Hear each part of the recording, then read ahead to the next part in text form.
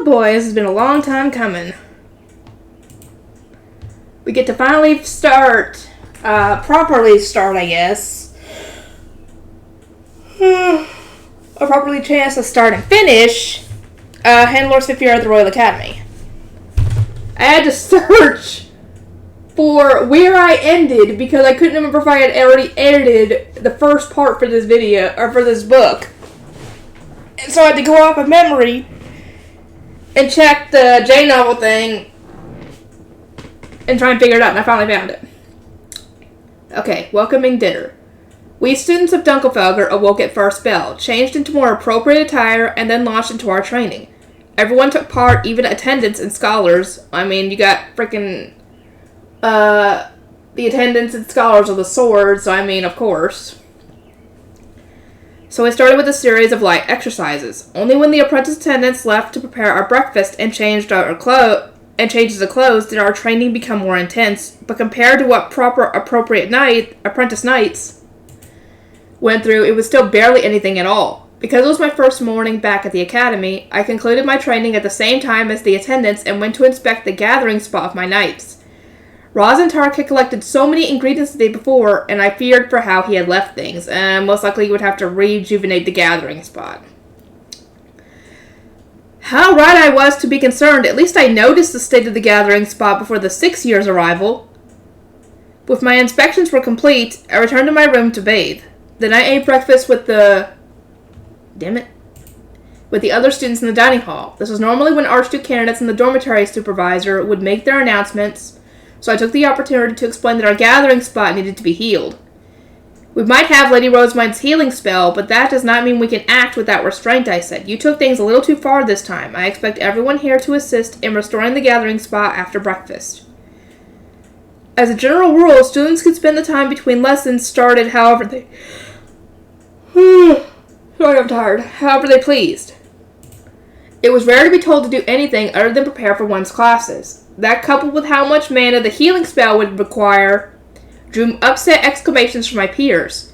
Wait, Lady Hannelore. Now the training grounds are open and we plan to spend the morning... You guys have got to fix that gathering spot first. You were the ones who ravaged the gathering spot, showing that a trace of consideration for the 6th years, I said. We are going after breakfast, and that is final. Thank you for being firm. I understood the others' concerns. These few days between our arrival at the dormitory and the start of classes were usually reserved for dinner. I mean, normally, yes, but you essentially destroyed the gathering spot, so yeah, it's up to y'all to fix it because y'all did it. Still, they had no choice in the matter. Restoring the gathering spot would become so much harder when classes started and we had less mana to spare. Not to mention, it is my duty as an Archduke candidate to oversee the gathering spot. My fists clenched, I surveyed the dining hall. I needed to stay strong. I shall reseal the training grounds until the gathering spot is restored. These are matters more important than dinner to attend. There are matters more important than dinner to attend to. At once, the apprentice knights began to whine. This can't be, one shouted. You will prioritize something over dinner even after playing a true game? You do realize that if you don't have the gathering spot, others can't gather ingredients for brews, charms, and all sorts of other stuff, and you would really prioritize dinner over that? Are you stupid? No, wait, you have it all wrong, cried another. It's because Lady Hannelore played a true game that she can make such a declaration. Not to mention she was chosen to participate despite her young age. We should expect nothing less. Her wisdom befits her status as Divine Avatar's closest ally. Oh, God. Hurrah! Praise Lady Hannelore, the pride of Dunkelfelger! Why did they bellow like drunkards? Was our breakfast laced with some foul intoxicant? No, I just think it's because your classmates are just crazy. I gazed across the unreasonably excited crowd and my eyes came to rest on Professor Roffin. He wore an amused grin as he ate his own breakfast. Professor Roffin, what are your thoughts on the matter? I asked. I think you are correct, he said. Dinner can wait until the healing ritual is complete. Thank you. Finally an adult with reason. At least in Dunkelfelger, anyway. Oh, good lord. Actually, no, never mind. He's done that before, but he's prioritized dinner over everything as well. Even assumed Rosemine was going to go into the Knights course when she wasn't. Professor Rothman looked over the students, an intense fire blazing in his blue eyes. Experience had told me he was an expert at keeping the Knights under control, especially when he wore that expression, so I elected to leave the rest to him. Students, he roared, I understand your passion for dinner better than anyone, but we cannot play by ourselves. We should all enjoy it together. Isn't that right? No, not at all. Shall we not wait for the 1st and 6th years to arrive so we can all play together, our hearts unburdened? Professor Rothman continued, race to the gathering spot after breakfast. Restore it so that you can start brewing rejuvenation potions while the 6th years are gathering. And of course, spare no effort to prepare the welcoming dinner to be played when the new students arrive. Oh God! First years, I feel bad for y'all. I feel bad for all of y'all. Hear, hear! Faster than Cypress! That phrase of father's certainly has caught on. Welcoming dinner was meant to light a fire under the new students, both through the excitement of the game and by making them so envious of their seniors, Hybees, that they would strive to make their own to participate. Any active student could take part, even apprentice scholars and attendants. Well, I mean, there is, like I said, the Scholars of the Sword and Attendants of the Sword, so, yeah. The tradition resulted in such a severe drain of our stock of rejuvenation potions before classes had even begun, no less. I mean, that's your own fault. That I honestly thought we would be better off without it. Yeah, I agree. Of course, as strongly as I felt, sorry, I could never actually put a stop to welcoming dinner. It was a rare comfort for the scholars and attendants not chosen to be knights, and according to Professor Rothman, made students a lot more invested in their practical lessons.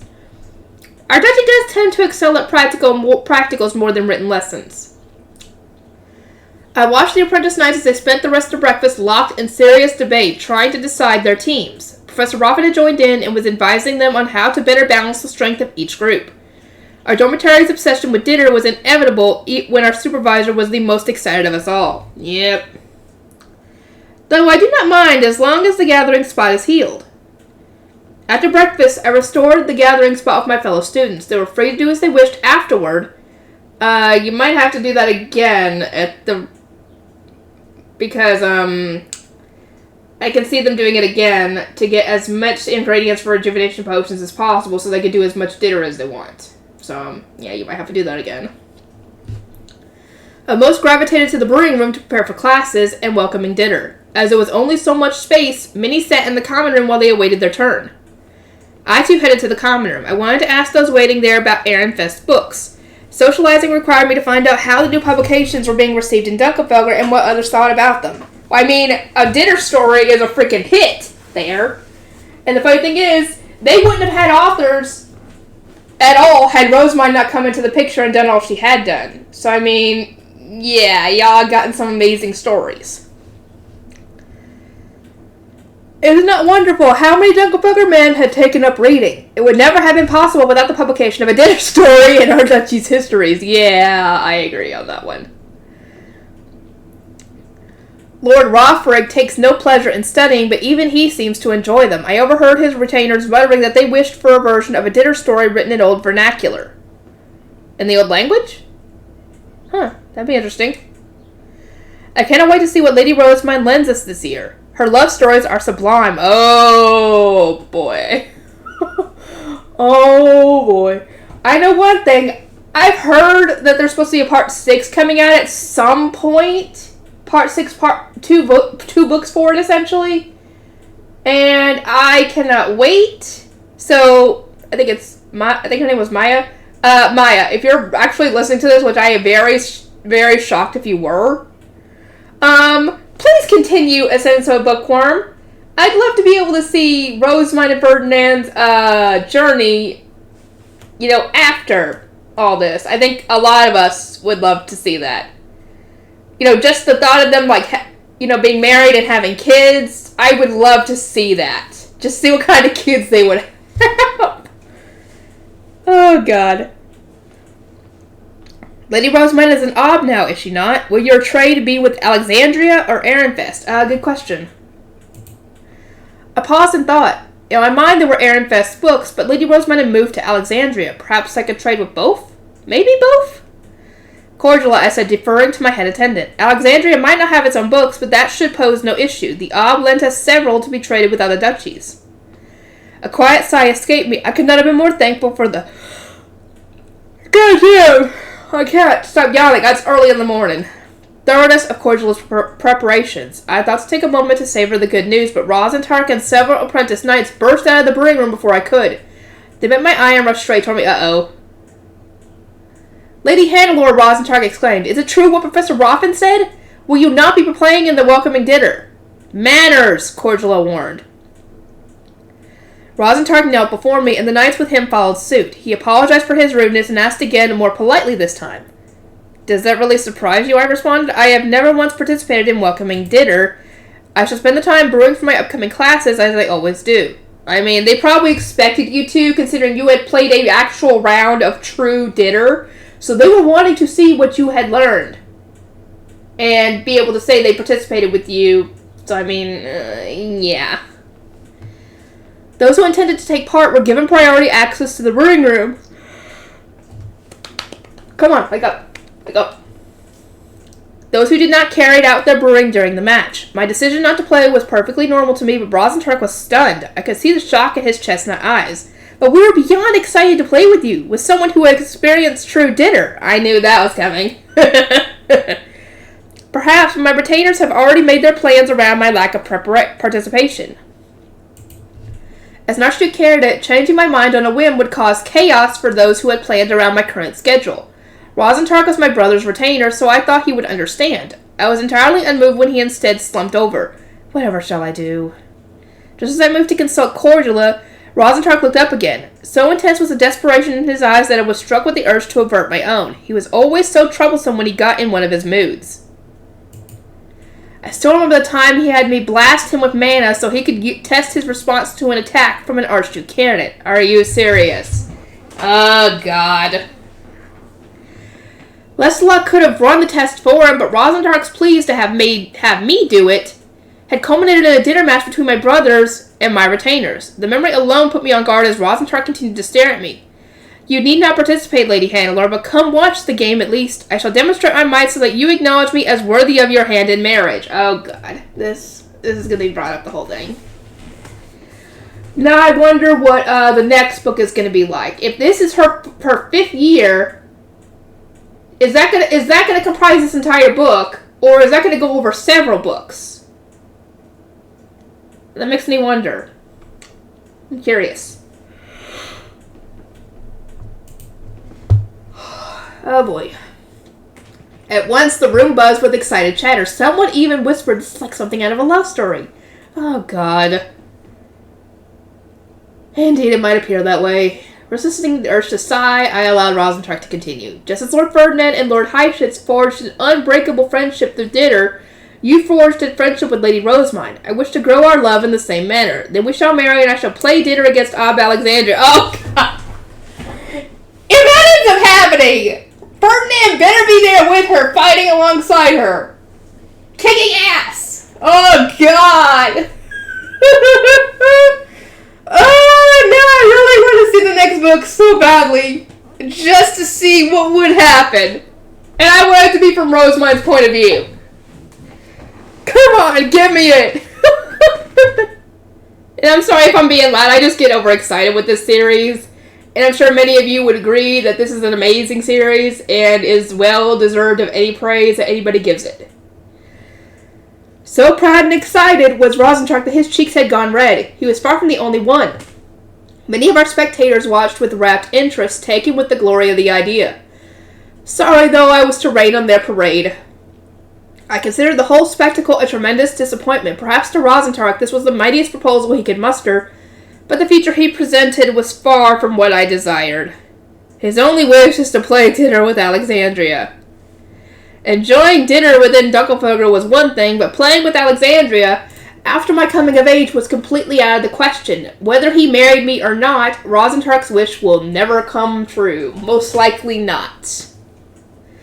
Because, he'd have to go through Ferdinand to do that. And I highly doubt he would want to put Rosemine in any kind of danger, considering how the last matches had gone with dinner with her. Considering the last one, I think, was with the bride taking dinner. So, yeah. Lord Rosentark intends to prove his worth, and so soon after being chosen as one of Lady Hannelore's prospective spouses, one noble girl cooed. How wonderfully forward of him.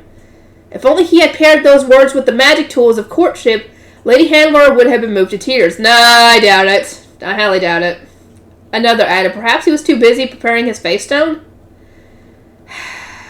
Y'all just assuming too much. And assuming too much makes an ass out of you and me.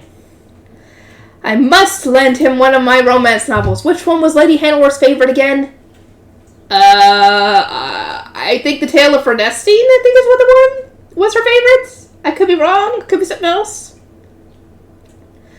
Lady Hannelore, after such a passionate entreaty, how can you not come watch the dinner match? My mood grew worse with each bright and cheery squeal. I wanted nothing more than to bolt from the common room at once. I normally leaped at any chance to rave about romance novels, but the thought of having questioned about Rosentark or pressured into being with him made my skin crawl. Well, I guess Rosentark is off the list.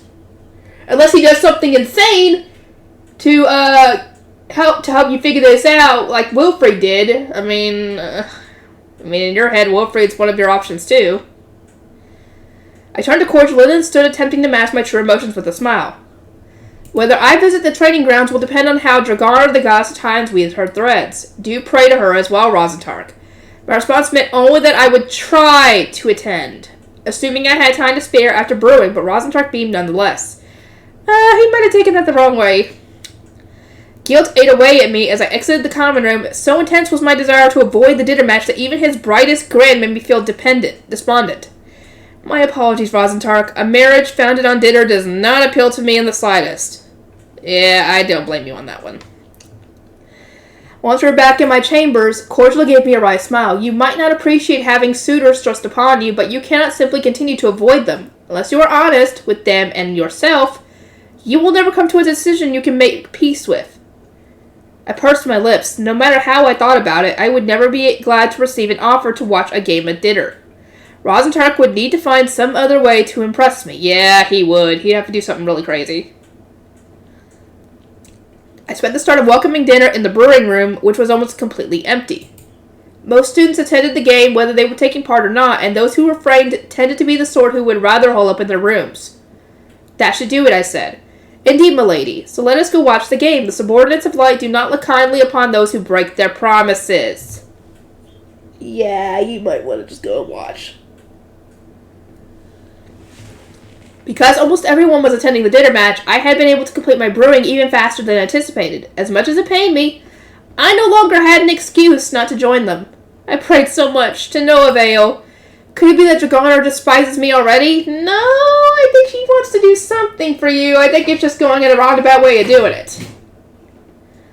Left with no other choice, I trudged back to my room, my feet as heavy as my mood. Then I started toward the training grounds, moving as slowly as I could get away with.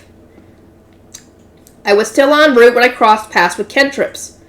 Only once he had secured my retainer's permission did he approach me. Kentrips wishes to watch the game with you, Cordelia informed me. I do not mind, but, Kentrips, would you rather not participate? Kentrips was so muscular that it never surprised me when other duchies mistook him for a knight. In truth, he was an apprentice scholar of the sword, and today was one of the few chances he would get to take part in a dinner match. This year in particular would demand a lot from him, as information was even more valuable than usual, so I wondered why he had abstained. Many thought the same of you, Lady Hannelore, given your experience with true dinner. Rosentark despaired when he heard it was not so. Kentrips and Rosentark were only half-brothers, but one would never guess it from how close they were. They both had mothers from other duchies, so they had striven to adjust to Dunkelfelder's ways together. Enough about me, I said. Scholars have very few chances to take part in dinner, do they not? I remember how much you used to long for opportunities to play. Kentrip seemed taken aback for a moment, then chuckled. He took my hand and we continued toward the training grounds. People change with time, he explained. Playing dinner with my dorm mates no longer entices me. Instead, I find my entertainment in gathering information. I do enjoy observing the tendencies of each knight and formulating new means of deploying magic tools. But I know no other game will match the thrill of our bride stealing dinner with Ehrenfest. I think it was which one was it? I can't remember. I know they said it was one, but it was actually the other. I can't remember which one was which. I think bride taking dinner was what it actually was. Compared to all the chatter of the past few days, Kentrip's words were a breath of fresh air. It was strange, though. He sounded entirely like one of Father's scholars. He's probably been working with them, so I mean, of course he'd pick it up. I am not the only one who has changed, he said at length. You have as well. I gazed down at myself. Have I? He was far from the first person to say it, though I was not sure I agreed. You have grown into a fine Archduke candidate. Upon arriving at the dormitory, I intended to check whether the gathering spot needed to be healed and request your aid if so. Professor Roffin informed me you were one step ahead. I expressed my sincere gratitude as representative of the 6 years. In the past, I always entrusted such admiration to administration to Lestalot. Before my brother's graduation, I would never have guessed just how much he had to oversee. Last year had given me a taste, as all the work he set aside in preparation for his ceremony had gone to me. As much as everyone had advised me not to encroach on my brother's duties, since he was slated to become the next Ob, I should have observed him more closely or gotten him to help teach me. And that is not all, Kentrips continued. We have known each other for years, but even I was shocked to hear how Lady Crybaby had made up for her past shame. Is that what they used to call you? Wow. People can be mean. Nostalgia brought a slight crease to his gray eyes. I would never have expected you to play true dinner, not even to save a friend. I simply thought it was for the best, I said. Hearing that nickname from around the time of my baptism made me embarrassed, to say the least. Okay, so it was her. As much as everyone praises me for my involvement, getting to play dinner was the last thing on my mind. In the heat of the commotion, there had not been time to validate the information Lady Rosamund was bringing us. We had doubted she would try to deceive us, but we had also wondered if she was giving us the whole picture. She hinted at having the Gruterscheid, but mere words exchanged for the Ob's water mirrors are far from concrete proof. We had found ourselves in a tricky situation. If, as we had suspected, Lady Rosamund was to become the next Zent, then we were duty-bound to assist her. Any reinforcements we sent would need a member of the Archducal family to lead them, but Ob Dunkelfelger, the Zent's sword, had a greater obligation to the sovereignty. If the situation there had gone south, then he might have been taken to task for taking Nice into Ehrensbach. In the end, the decision had been to have me lead the reinforcements. I already had good motivation to clear my name and assist my dear friend. Not to mention, I was the safest option in case something went wrong. Because of my shameful misstep at the academy, I was well suited to being cut off to spare the rest of our duchy from punishment. Yeah, if things went bad, but yeah, it didn't. Ideal choice or not, Lady Crybaby would never have led the charge into true dinner, Kentrip explained. As you were, I also found it hard to imagine you marrying into another duchy, especially under such complex and confusing circumstances. So, I mean, I'm guessing that the whole Wilfried thing is what he's talking about. The retainer at the head of our group reached out a hand and pulled open the door to the training grounds. At once, enthused shouts, passionate cries, and all the other sounds of a fervorous dinner match shook the air. So awful was the clamor that I wished to cover my ears, but at that same moment, Kentrip bent down to whisper to me. Given how much you have changed, would you perhaps consider marrying into another duchy? If the idea appeals to you, then I shall do everything I can to help, no matter the cost. Really? I could have sworn that Kentrip was one of her potential spouses. So he's willing to put that aside and help her marry into Ehrenfest if she so desires it. Okay? So I think Kentrip is good on this. He's a good guy. If I'm wrong and reveal later, I'm sorry. But yeah, Kentrip is actually putting her feelings first in this. Kentrips? The very thought stopped me in my tracks. Father's choices for my future husband were as good as a declaration that he wanted me to marry within our duchy. As I stared at Kentrips, unsure how else to respond, he moved to escort me to my seat. Kentrips had protected me since I was a little girl, intervening whenever my brother had grown too spiteful. As I gazed upon him now, however, I saw barely a trace of emotion on his face. I narrowed my eyes, watching him carefully. Maybe he was testing me? I waited for Kentrips to take the seat beside me, then gave him a sound blocker. Are you suggesting that I marry into... Wait, what? Karinstam? What the fuck is that? Is that another duchy? That is beyond cruel. As my brother's retainer, He should have known that Lord Sigistwald was a man of ill... Oh, no. Ned! Hannelore, don't you dare! Don't you dare! He better not be suggesting that! He should have known that Lord Sigistwald was a man of ill repute. The main reason my father wanted me to marry a Dunkelfelder man was to refuse the foreign prince's proposal. Not at all, Lady Hannelore. I meant a duchy of your choosing. That's what I thought. Were it that easy, father would have arranged it long ago. Kentrips crossed his arms in thought and turned his attention to the training grounds, still clutching his magic tool. I watched as well, my eyes drawn to the whirlwind of high beasts soaring through the air. As well as full armor, participants wore colored cloth over their capes to make it clear which team they were playing for. I could recognize some of them from the shape or color of their mounts, but they were hard to tell apart otherwise. That must be Rosentark. He was rode atop a blue-winged horse, a fitting choice for Dunkelfelder, I thought. I watched him for a short while before Kendrick spoke again. As much as Lord Lestalot and the Ob might want to keep you in Dunkelfelder, sparks would fly if they tried. His lips barely moved, and he kept his eyes firmly on the game ahead of us. What do you mean? Kendrick's mouth twisted in a thin smile. Perhaps I have said too much. I would not wish to trouble you with information that has yet to be substantiated. I mean, letting you know at least what whatever he's about to say would be good, so at least you could try and verify it yourself. He tried to change the subject by remarking on Rosentark's location and performance in the game, but his blatant attempt to deflect only further piqued my curiosity.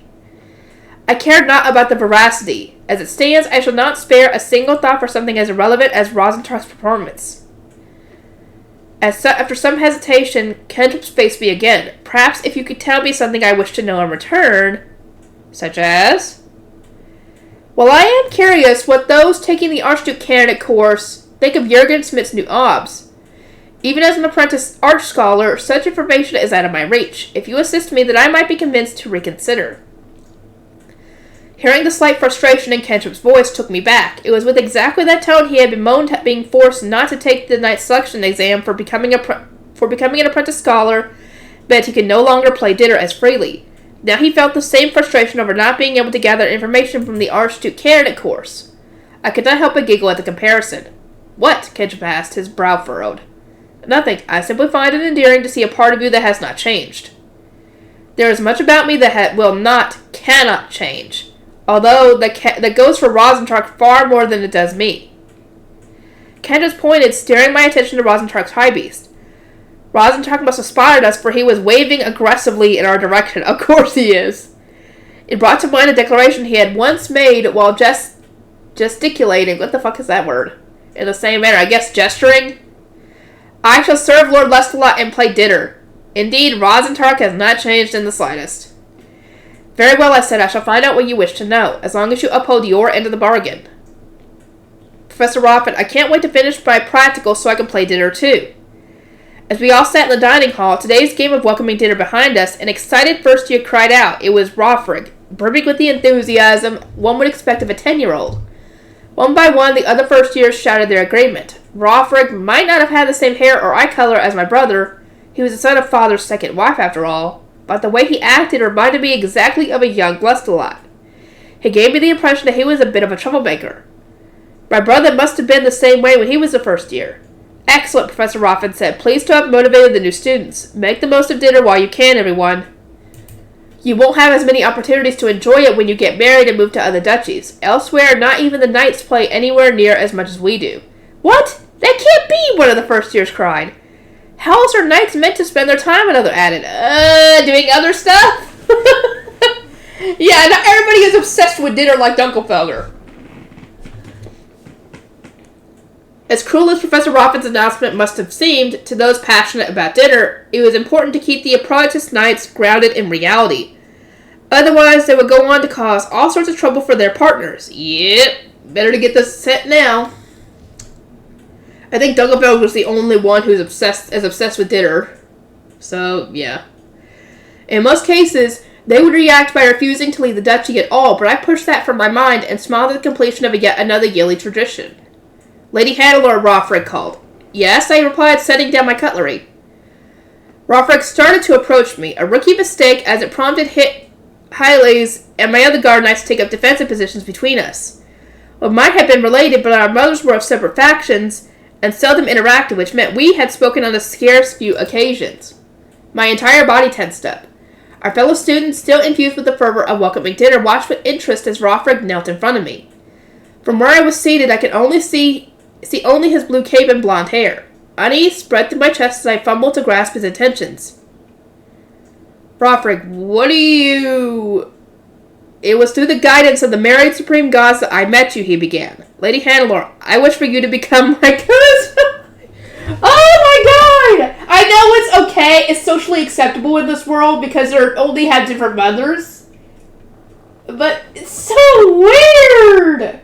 Well, then again, freaking Wilfred and Rosemine, then again, Rosemine and Wilfred are not biologically related. So it stands to reason that it would be even better if they had, in a biology standpoint, I mean. Not, obviously, because they don't like each other, but like each other in that way.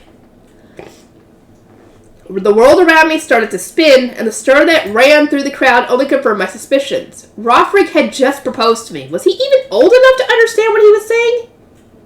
I would assume so.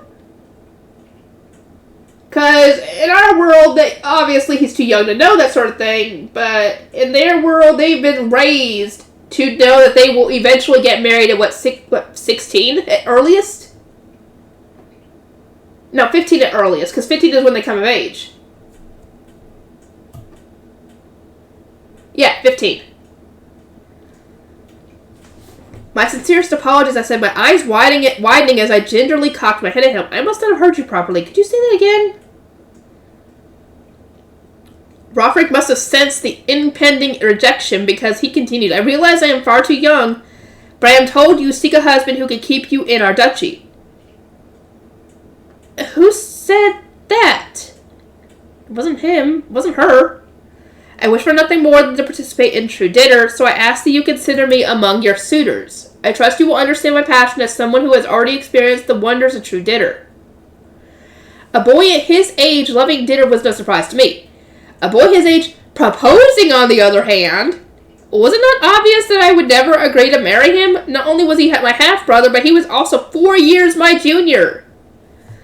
The Ob chose my marriage candidates for me, I said. Your name was not among them. Even so, if you marry into another duchy, you will cease being able to play dinner. I don't think she would be too torn up about that, to be honest.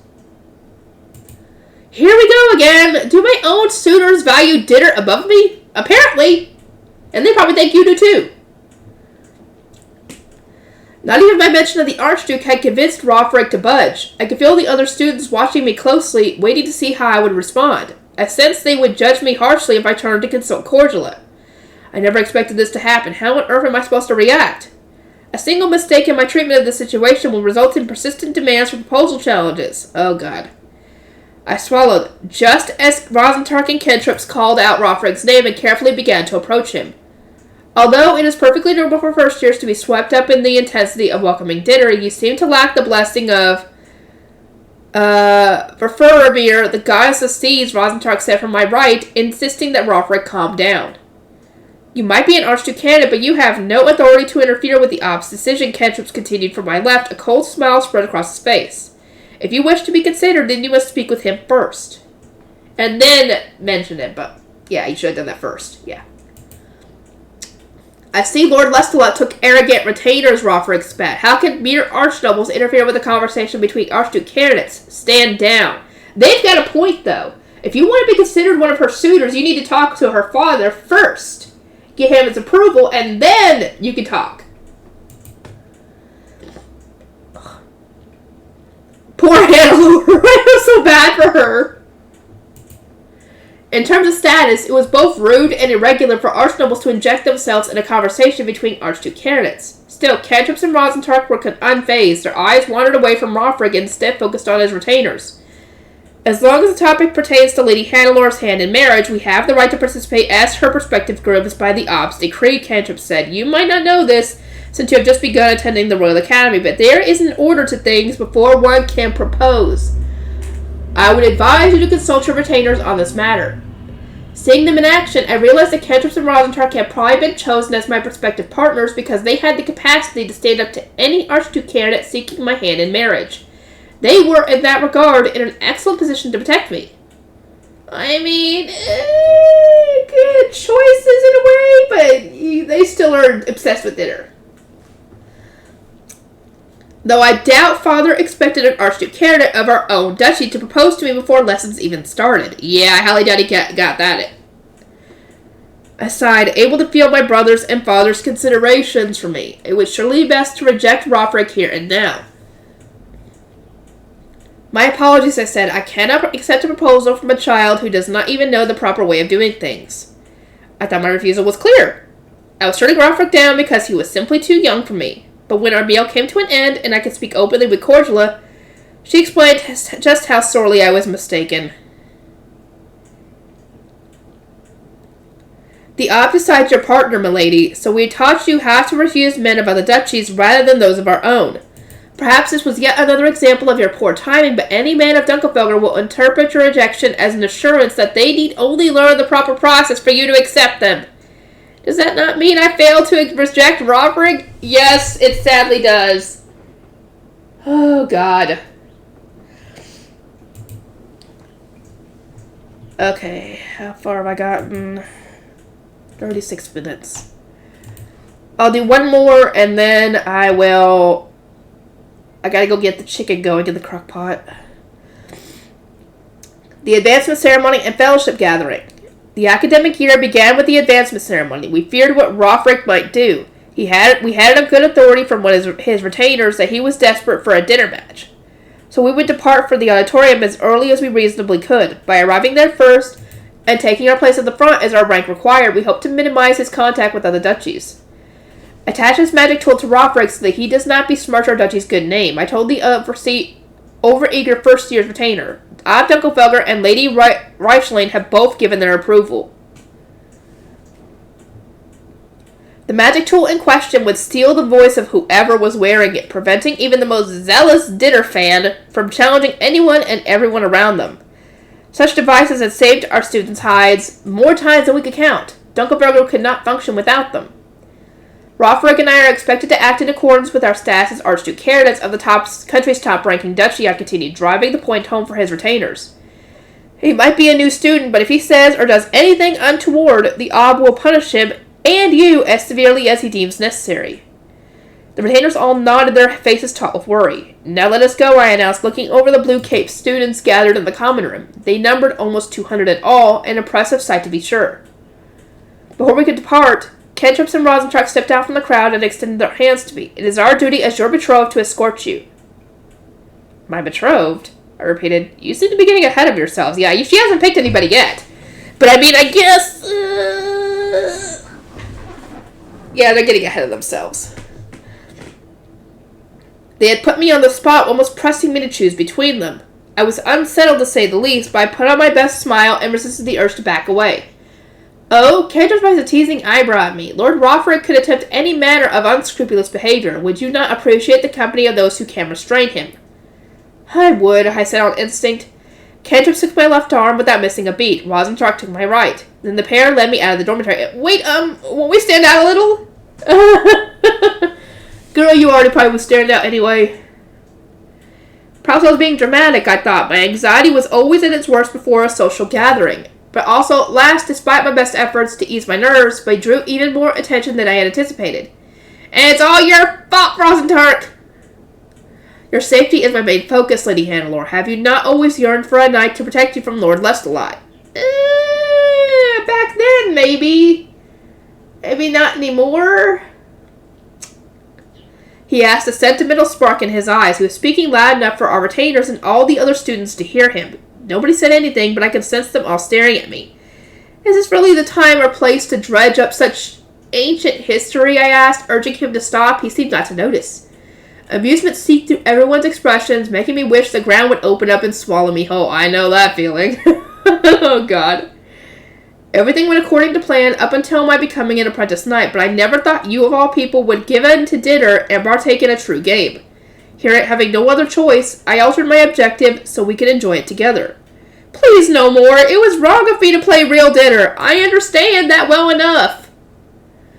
Leave it there, Rosentar, Kentrips interjected. You might bring Lady Hannelore to tears. Tears of elation? Of embarrassment. Thank you, Kentrips. Kentrips is the one who's actually on her side in this one. If anything, girl, Kentrips would be better for you if you had to choose somebody in your own duchy. If I had to say that. But if you wanted to choose outside your duchy, Wilfred would probably be the one you would go for. All I gotta say is good luck to him. Do not just state the obvious, Kentrips. Now we have even more eyes on us. I wanted nothing more than to retreat to my hidden room, but we stuck to our plan and proceeded to the auditorium. We were the first to arrive as expected. Though we kept our eyes forward, we soon heard the students of other duchies enter behind us. The downside of arriving so early is that I cannot greet my friends before the ceremony, I said. Perhaps not, but you have the fellowship gathering, your lessons, and social events for that. Would it not be better to speak with your friends away from the troublesome first years who are still so ignorant of the cultures of other duchies? Certainly, their presence is anything but calming. I was conversing with my retainers when a buzz suddenly spread through the room. The students of the new duchies must have arrived. Out of the corner of my eye, I glimpsed the gray capes of Blumenfield start lining up beside us. Okay, so that was Charqual, yeah. Blumenfield, the duchy ruled by Lord Charqual, had Lord Hildebrand as its first-year Archduke candidate. Oh, he's finally a first-year! Really? He's old enough? What year did he start being at the academy? I think it was Rosebud's second year. He has gotten baptized. Let's see. Now he would have been 7. Yeah, that's correct. It's correct. Okay. So he is a first year. There was no chance of us seeing each other. I was surrounded by students to shield me from Rothrig, and Lord Hildebrand was surrounded by his own retainers. But we would exchange greetings when we reunited for the fellowship gathering. Isn't Hannelore, wait. No, that's Letizia. I'm sorry. Letizia and Hildebrand are engaged. Okay, never mind. I forgot for a second. Blumenfield is split into 2 large groups, Kentrip whispered, eyeing the students carefully. The atmosphere around them is anything but good. They must have separated into those from the Sovereignty and those from Old Arensbach, noted Ludipold, one of my apprentice scholars. The group from Old Arensbach includes nobles of older work stock, so they must be fairly resistant to their new ob's rule. Oh, this is going to be interesting. Rosenchar turned around with a start. Lady Hannelore, Kerenstam has arrived. Rest assured, I shall watch them closely for any suspicious movements. I do have guard knights, you know. Of course, I elected not to voice that thought. It seemed cruel to put out his enthusiasm. I exchanged a glance with Hyles, who had the beginnings of a smirk on her face, before leaving Rosentark to look out duty. Oh, God. Well, Siggiswald is already, obviously, of age, so he's not going to be there. So I wonder who the Archduke candidate will be for that. If there's any. I doubt it. Students at Kerenstam organized themselves behind us, wearing capes of a gentle brownish red hue. The remarks they made were completely inappropriate for a third-rank duchy, so much so that our apprentice knights straightened up and sharpened their attention. I suspected that Kerenstam's lack of an Archduke candidate was to blame. Yep, because Siggiswald doesn't even have any kids old enough to even be baptized, let alone attend the Royal Academy. Lord Lestalot and the Ob were right to caution us, Rosentark said. Already Kerenstam believes their rank makes them invincible. It falls to us to protect the lower-ranking duchies, Hyles added. I nodded in response. Though I knew not what Lord Siggiswald had said to his nobles as Ob Kerenstam, I understood the risk that they would make unreasonable demands of the duchies beneath them. Oh god, yeah, you gotta protect them big time. Though it seems a bit pathetic that we of Dunkelfelger must prioritize keeping Rothrig under control over watching Blumenfield and Kerenstam. I'm assuming Blumenfield will probably be a little less, harder to deal with when it comes to, ego. But, yeah, Blumenfield's got their own problems with the whole old Arensbach and old Workstock, plus people from the Sovereignty, that's going to be enough as itself. Chatter by the auditorium's door reached its loudest point yet. The students' whispers and murmurs were quiet in isolation, but formed quite the din when they all spoke together. I see the capes of a new duchy, but is that truly Lady Rosemine? The Ob warned us to prepare ourselves, but to think her transformation was this drastic. Transformation? I don't think they're talking about how she had gotten so tall and everything. I'm assuming it's just... We'll see. The students cannot be blamed for their surprise. Lady Rosemine had taken ill and vanished from the Royal Academy roughly 10 days into the last academic term. She had been present for Lady Eglantine's transference ceremony the following spring, but only a few Archduke candidates have been allowed to attend. Oh yeah, they haven't all seen the transformation yet. Okay. Lady Hannelore, introduce me to Lady Rosemine, Rothric said. This is no place to cause a scene, I shot back with a warning tone. Be still until the fellowship gathering. Just think of Alexandria and Dunkelfelger playing No! No! Rothric choked and a quiet sigh escaped me. The magic tool was operating as intended. Thank you. Then again, he's not the only one who wants to play dinner with Alexandria. Oh, God. He could rest assured that, at least for now, our greatest troublemaker would not cause us any further problems. The advancement ceremony began with the professor's greeting. We were told that the rise of Ascendance with the Gruttershire had eased Jürgen Schmidt's mana shortage, and that there was a chance students would return to obtaining their staffs when they came of age. But relying on magic tools for... Rothric clutched at his throat. His complaint had been cut short, but I understood what he wanted to say. Magic tool weapons were harder to use than staffs, which would put students at a disadvantage during training and dinner. Perhaps, Kintrip said, having also understood Rothric's complaint, but students will obtain more powerful staffs as a result. A slight inconvenience during one's school year seems a small price to pay. I agree. Indeed, I agreed. He is entirely correct, though their true objective is likely to prevent the rise of another underage ob such as Lady Rosemine. One cannot overstate the danger of someone being able to obtain a duchy without the means to rule it. In that regard, it made perfect sense for the Zend to raise the age at which students could obtain their staffs. On top of the aforementioned change, the Royal Academy's curriculum will return to its previous state. Nobles appeared strongly in favor of a slower, steady process, but there was a genuine concern that as time went on, fewer and fewer professors would remember the old courses and methods.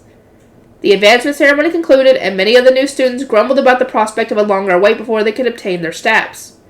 I paid them no mind as I departed for the small hall with my apprentice attendant Andrea, my apprentice scholar Ludopold, and my apprentice knights Hyles, Olsdorf, and Nademarie. Rothric followed with his own retainers, frustration clear on his face as he prodded at his magic tool. Yeah, he can't take that off, I'm assuming. On our way out of the auditorium, we passed the students of Alexandria. They stood in neat rows alongside their ob, wearing their new capes of pride. It eased my worries to see just how clearly Lady Rosemine had won their hearts. Nice! Then again, Hartman and Clarissa probably had something to do with that.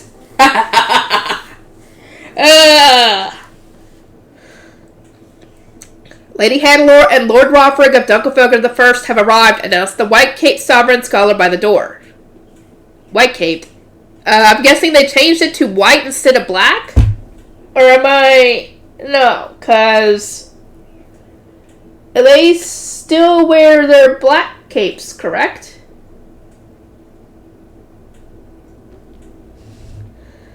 We entered the small hall to find the seats that had once been reserved for the royal family still at the far end of the room. Zent Eglantine and Lord Anastasius occupied two of them, with Lady Rosemine sitting beside them in a third. Really?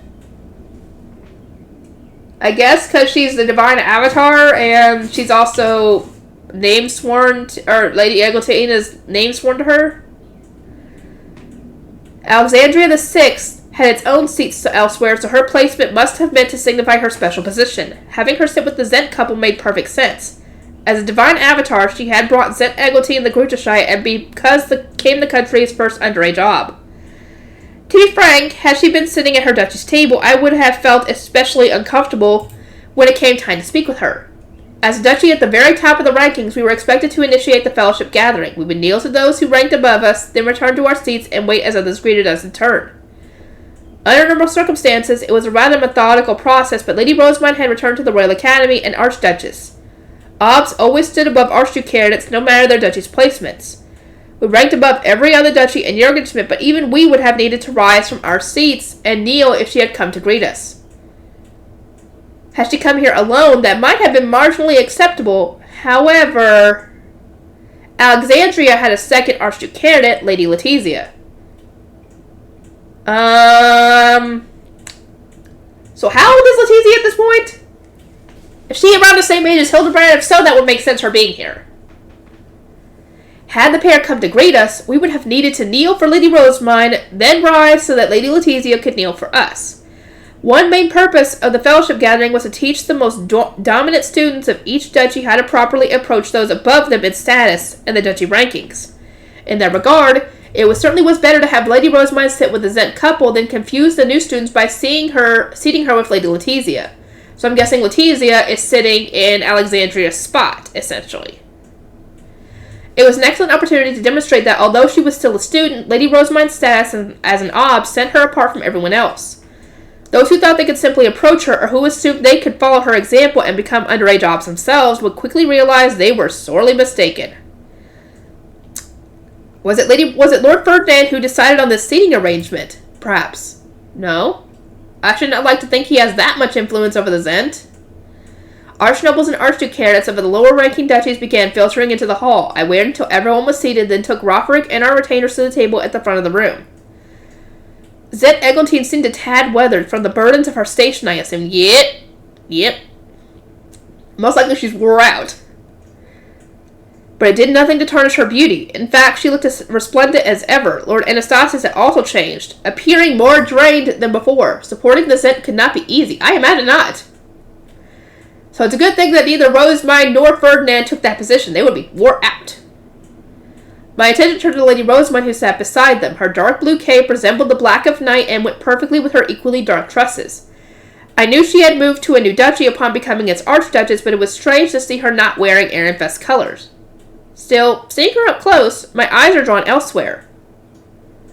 Resting upon Lady Rosemine's chest was the necklace that showed she was now formally engaged. Elaborate metalwork held a most exquisite face stone, the work of Lord Ferdinand, to be sure. Yep. But that's not all. Slender chains spread across the back of her hands, adorned with a series of tiny rainbow face stones. They did not shine at the moment, but they were the same ornaments she had worn during the transference ceremony. Could those two be tools that Lord Ferdinand made with his mana? I'm assuming so. I'm assuming those are charms. Which, I mean, to be fair, considering she's now an ob, and who knows what other kind of dangers could be here at the Royal Academy now that the new duchies have been brought about, and, well, I'm assuming that some of them are kind of, pricks. I'm looking at Karistar on that one. Yeah, it's good that he knows to protect her.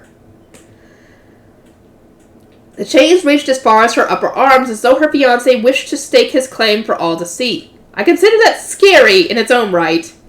But more frightening still was the thought that Lady Rosemine could need such protections in the first place. I know. If someone as knowledgeable as Lord Ferdinand expected trouble, then trouble there would surely be. Yeah, I'm assuming he's just being cautious considering how paranoid he is when it came to, his own safety back when he was younger. Yeah, the guy definitely has reason to be on the air of caution, essentially. And yet Lady Rosemine appeared completely unperturbed. Her features bloomed in a pleasant smile. I knelt before her and the Zent couple and crossed my arms over my chest. My retainers did the same behind me. I am overjoyed that once again Dragana, the goddess of time, has woven our threads together and blessed us with the beating. This is Rotherick, the son of Ob Dunkelfelger's second wife. My introduction complete, I signaled my half-brother with my eyes, urging him to perform his first-time greeting. Zet Eglantine, Lord Anastasius, Lady Rosemine, he intoned. May I pray for a blessing in appreciation of this serendipitous meeting, ordained by the harsh judgment of Iwigalib, the god of life. And I know I've said this wrong so many damn times! How has nobody corrected me on how to pronounce Iwigalib? Oh my god. I guess then again, we have probably never... I think they've only mentioned it in the anime maybe once or twice, so I guess I wouldn't have forgotten, but still. You may. It is an honor to meet you, he continued, reciting what he had been taught. I am Rotherick of Dunkelfelger, here to learn to become a proper noble fit to serve Jurgensmith. May the future be bright. Rotherick, Eglantine said, her eyes tinged with nostalgia. You truly do resemble a young Lestalot. Her omission of his title served to remind us that she really was the country's highest authority. Lady Hannelore, Lady Rosemine addressed me, the corners of her mouth still upturned. She had waited patiently for Eglantine to finish. It would seem that another arch-librarian has been sent to the academy. Let us meet them for a tea party when Professor Solange is free. Each year I look forward to our meetings. And you might be pleased to hear that Alexandria has a new book. Just the one, but I cannot wait to share it with you. Even now that she had matured, Lady Rosebud spoke of the same innocent topics as last year. It was really quite alluring. Oh my, I said, Alexandria has started making books? I am most eager to see the results. This is like half a year. I think this was like half a year after volume 33, essentially. So this is like I'm assuming 6 months? Give or take? Something like that? Or did it say, it's either half a year or half a season. I cannot remember for the life of me. I think it's half a year. You two. Lord Anastasia interjected, his face twisted in a grimace. The sovereignty is far from accustomed to all the recent changes. Try not to make a mess of things, won't you? Is that really truly necessary? I'm anything but a troublemaker. Lord Anastasia's rebuke sent an unpleasant jolt through my stomach, but Lady Rosemont appeared unfazed. She placed an elegant hand on her cheek and turned to look at him. Ferdinand warned me as well. And of course I mean to be careful, but matters tend to escalate in the strangest of ways. It is quite unfortunate. Yeah, sometimes things happen we don't anticipate. Seeing her in profile, I noticed that her usual hair ornament was nowhere to be seen. Just as many rainbow face stones dangled from its replacement, but the metal around them bore a more intricate design, and several new face stones dotted the stick. I'm assuming that that he kept the face stones from the previous one and just made a new hair stick. It was clearly more extravagant than his predecessor, a gift from Lord Wolfried, and there was only one man who could have prepared it for her. He loves her dearly. That much is clear to see. She probably doesn't realize... Rosemont doesn't realize it, but Ferdinand does love her. Like, he felt hard for her. It does make me wonder, did that start when she saved him in the Men of Replenishment Hall? Or was that somehow before, he just never realized it until then? Let me know, please. I'd love to hear y'all's comments. I love reading some of the long ones, essentially, because I love getting more opinions on the books than I do on my own. As I understood it, ornaments with mana chains were harder to wear than those without. As the presence of the creator's mana was all the more intense. If, as I suspected, Lady Rosemind's accessories were all made by her fiancé, which, I mean, who else would make them? Besides her, but still. Then their quantity and extravagance seemed to declare that she was fully comfortable with his mana. Surely she sees the truth of her situation, enveloped in his mana as she is. Or will she continue to assert that she loves him only as family? She probably will assert it, but I mean, I don't think that... I assume that love will come over time, essentially. Because, I mean, whenever you start a relationship in our world, love isn't always there, or is rarely there at the start. You have to, get to know the person, spend time with them, and learn to fall in love with them over time. And such, this could happen too with this. I returned to my seat, somewhat certain that she would. Yeah, she would. It was not long before Lord Hildebrand came over to greet us, now an Archduke candidate for Blumenfield II. Had you retained us from what I could see? Perhaps the old ones had been punished for his errors, probably. Or only a select few had been able to move from the sovereignty, that's also a possibility. As the former prince knelt before us and crossed his arms over his chest, I was struck with an odd sense of anxiety. Then I spied the stab-sealing bracelets on his wrists. Anyone unaware of the circumstances would assume nothing of them, viewing them merely as accessories. Oh, yeah. Yeah, he still can't use his staff.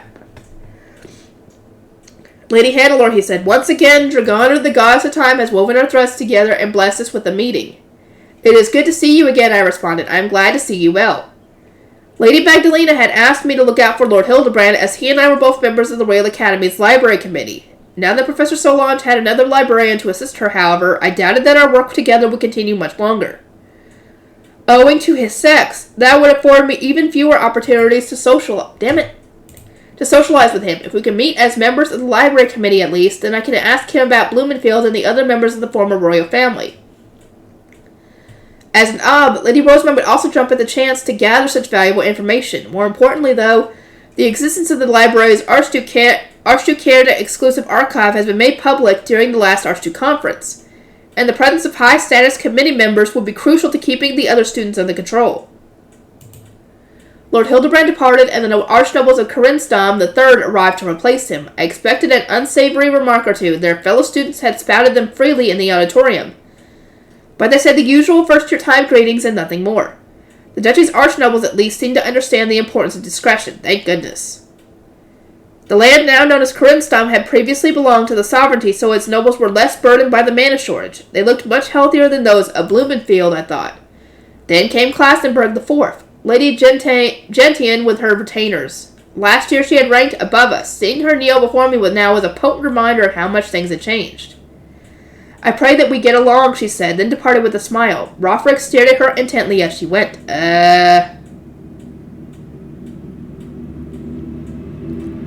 Is he starting to form a crush on her? Is something the matter, I asked. No, he responded. It's just that Lady Rosemund and Lady Gentian carried themselves differently from any other girls I've met. Was this how Lestalot first became enraptured by Lady Eglantine? That's a possibility.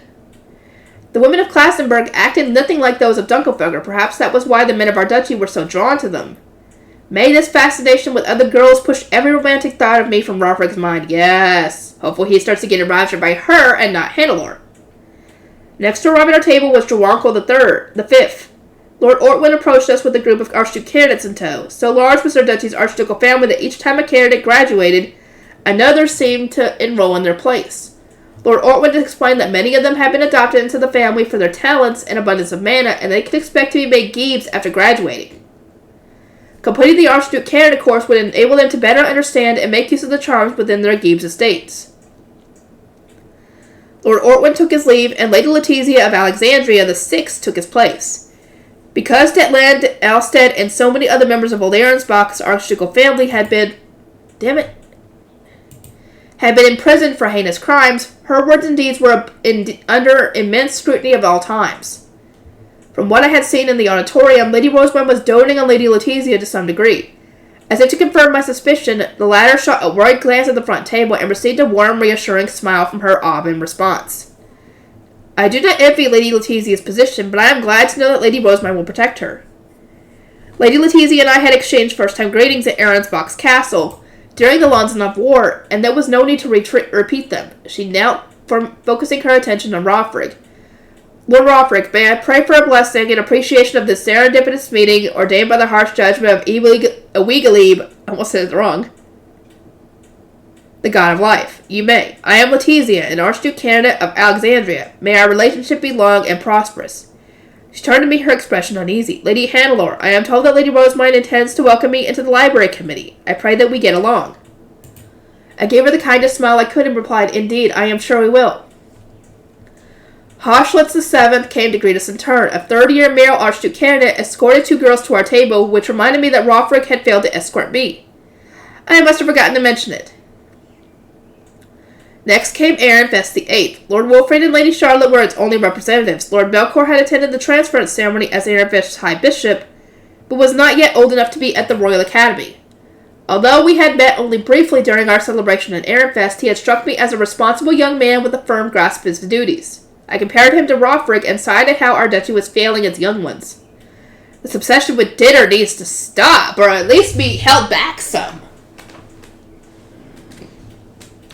Once again, Dragana, the goddess of time, has woven our threads together and blessed us with the meeting, Lord Wolfrid said. Lady Rosemund, being made an op, has thrown her duchy into chaos as much as it has ours, I suspect. But I pray we remain on good terms. Lady Rosemund's new status required even her own siblings to use her title in public. I understand their confusion. Trouble of this nature was common when someone got married, but it was unheard of during one's stay at the Royal Academy. I pray that Lord Wolfrid is okay. He had, in essence, lost his fiancée to Lord Ferdinand. Oh God, yes he had! Most men would reel at the very thought, but Lord Wolfrid appeared entirely unfazed. We have brought you a book from Ehrenfest, he told me. Elvira insists that you have it. Sister, Lady Rosemund was looking forward to its release, Lady Charlotte added. It would be delightful if we could all have a tea party together. Upon her breast, I spotted a necklace with the same crest. I recall seeing inside Ehrenfest's books. The lack of a face meant it could not have represented an engagement. It was made entirely of metal. Lady Charlotte, is your necklace related to books in some way? I asked. She gave a beaming smile and stroked the accessory in question. Indeed, it is emblazoned with the same mark as the books printed in the Rosemine workshop. It is Lady Rosemine's personal crest, and I wear it to demonstrate that we remain connected even now that she has moved away. I asked the smith to give mine a cooler design. Lord Wolfrey chimed in, presenting his own necklace. It bore zero resemblance to Lady Charlotte's, but knowing that each had one warmed my heart nonetheless. I pray that we have another positive year together, I said. Then watched them leave as they went to greet Lord Hildebrand. So that's Ehrenfest's cowardly, irresponsible... Rothrig, shut up. Enough, Rothrig. This is neither the time nor place, I warned, a sudden intensity in my smile. Dunkelfugger is not like other duchies. Remember that lest you make blunders of your own. He remained silent for a moment, then said, my sincerest apologies. Ehrenfest and Dunkelfugger are not the same. I repeated those words in my head as I continued to receive greetings, a stabbing ache in my chest all the while. Okay, I think I'm going to end this one off. I got to go get the food in the crock pot, and I will see you guys in the next video.